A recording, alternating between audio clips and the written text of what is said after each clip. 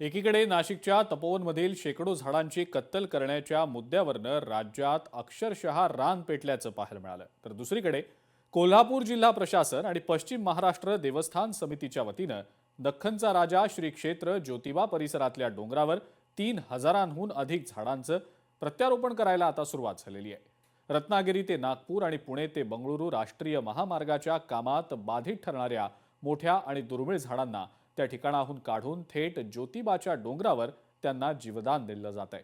या योजनेतनं दख्खनचं केदारण्य साकारलं जाणार आहे। पाहुयात त्या संदर्भातला हा खास रिपोर्ट।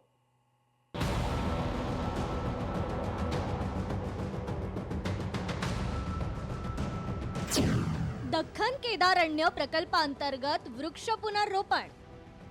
श्री क्षेत्र ज्योतिबा डोंगरावर वृक्ष पुनर्रोपण। 2,000 झाडांना मिळणार नवजीवन। प्राचीन आध्यात्मिक आणि नैसर्गिक वैभव पुन्हा प्राप्त होणार।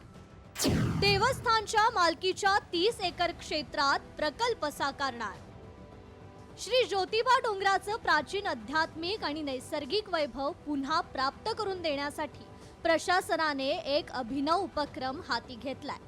त्या अंतर्गत श्री ज्योतिर्लिंग क्षेत्र बहुआयामी उत्कर्ष प्राधिकरणाच्या वतीनं दख्खन केदारण्य या महत्त्वाकांक्षी उपक्रमाचा शुभारंभ करण्यात आलाय। राष्ट्रीय महामार्गाच्या कामात बाधित झालेल्या मोठ्या वृक्षांचे शास्त्रोक्त पद्धतीनं पुनर्रोपण केलं जातंय। यामुळे ज्योतिबाचा डोंगर पुन्हा एकदा घनदाट देवराईनं नटणार आहे।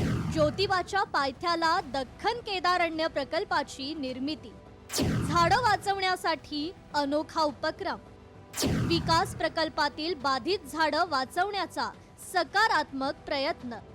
दख्खन केदारण्य नावानं एक विशेष वनक्षेत्र साकारलं जाणार। नाशिक इथे होणाऱ्या कुंभमेळ्याची जय्यत तयारी सुरू आहे, तर या कुंभमेळ्यासाठी देशभरातून येणाऱ्या साधू संतांसाठी तपोवन इथली झाडं काढण्याची प्रक्रिया सुरू आहे। त्याला पर्यावरणवाद्यांनी विरोध केलाय। आरोप प्रत्यारोपांनी राजकीय वातावरण ढवळून निघालंय। राज्यात हजारो कोटी रुपये खर्चून रस्ते बांधणीचे मोठे प्रकल्प सुरू आहेत, मात्र राष्ट्रीय आणि राज्य महामार्गांच्या निर्मितीसह इतर विकास कामांमध्ये अडथळा ठरणारी दुर्मिळ झाडं तोडली जात असल्यानं राज्यभरातील पर्यावरणप्रेमी अस्वस्थ आहेत। या पार्श्वभूमीवर विकास प्रकल्पांमुळे तोडली जाणारी झाडं वाचवण्याचा एक सकारात्मक प्रयत्न कोल्हापूरमध्ये सुरू आहे। 23 गावांचा विकास आणि त्या डोंगराचा विकास असा ह्या देवस्थानच्या विकासाचा भाग आहे। तर ही सगळी झाडं प्रामुख्याने आपल्याला इथं आणता येतील का, आणि पर्यावरणीय पुनर्जीवन हा एक केदारण्य प्रकल्प 2चा भाग आपल्याला करता येईल का, असा एक अतिशय मोठा प्रयत्न आपण आज या ठिकाणी साकारायचा प्रयत्न करतोय। श्री ज्योतिर्लिंग चरणी स्वतःच्या शेत जमिनीतील अर्पण केलेल्या मोठ्या वृक्षांचं पुनर्रोपण करून केदार वनाचं हरित वैभव पुन्हा उभं करण्याचा या उपक्रमाचा उद्देश आहे। याशिवाय केदार विजय या ग्रंथात उल्लेख असलेल्या दुर्मिळ लहान वृक्षांचं संगोपन आणि संवर्धन देखील या उपक्रमात समाविष्ट करण्यात आलंय। या झाडांचं पुनर्रोपण आपण या पहिल्या टप्प्यामध्ये करत आहे। तर आता हे काम आज सुरू झालेलं आहे। आज आपण 10 झाडं लावलेले आहे। पुढच्या 1 महिनाभरामध्ये आपण ही 200 झाडं लावणार आहे। यामध्ये ज्यांनी असं पुनर्रोपणाचं काम केलेलं आहे असे तज्ञ आपल्याला मार्गदर्शन करत आहेत, त्यांच्या मार्गदर्शनाखाली आणि पुढे एजन्सीची जबाबदारी ही झाडं जगवण्याची आहे।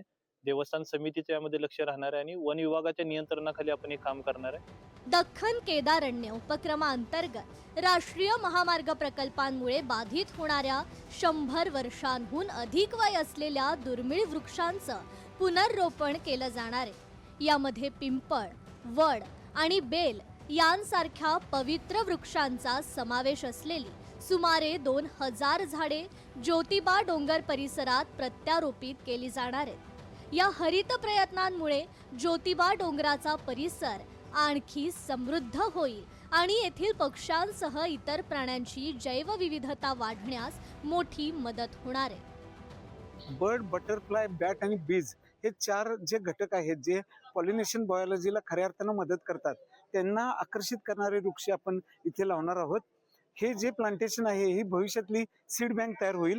एक बायोडायव्हर्सिटी कॅपिटल तयार होईल आणि वन्य प्राण्यांना पण एक सुंदर अधिवास, ज्याला आपण हॅबिटॅट म्हणतो, तो पण याच्या ठिकाणी निर्माण होणार आहे. केदार विजय हा ग्रंथ वाडी रत्नागिरी येथील श्री ज्योतिबा यांच्या महिमा, लीला वर्णन आणि चैत्र यात्रेचं वर्णन करणारा धार्मिक ग्रंथ आहे.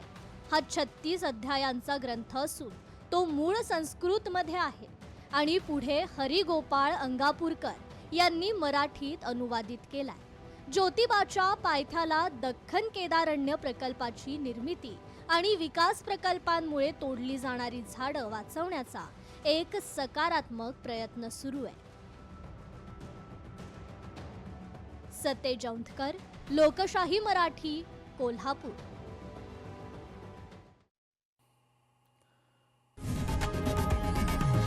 लोकशाही मराठी ऐका, पहा, जागरूक रहा.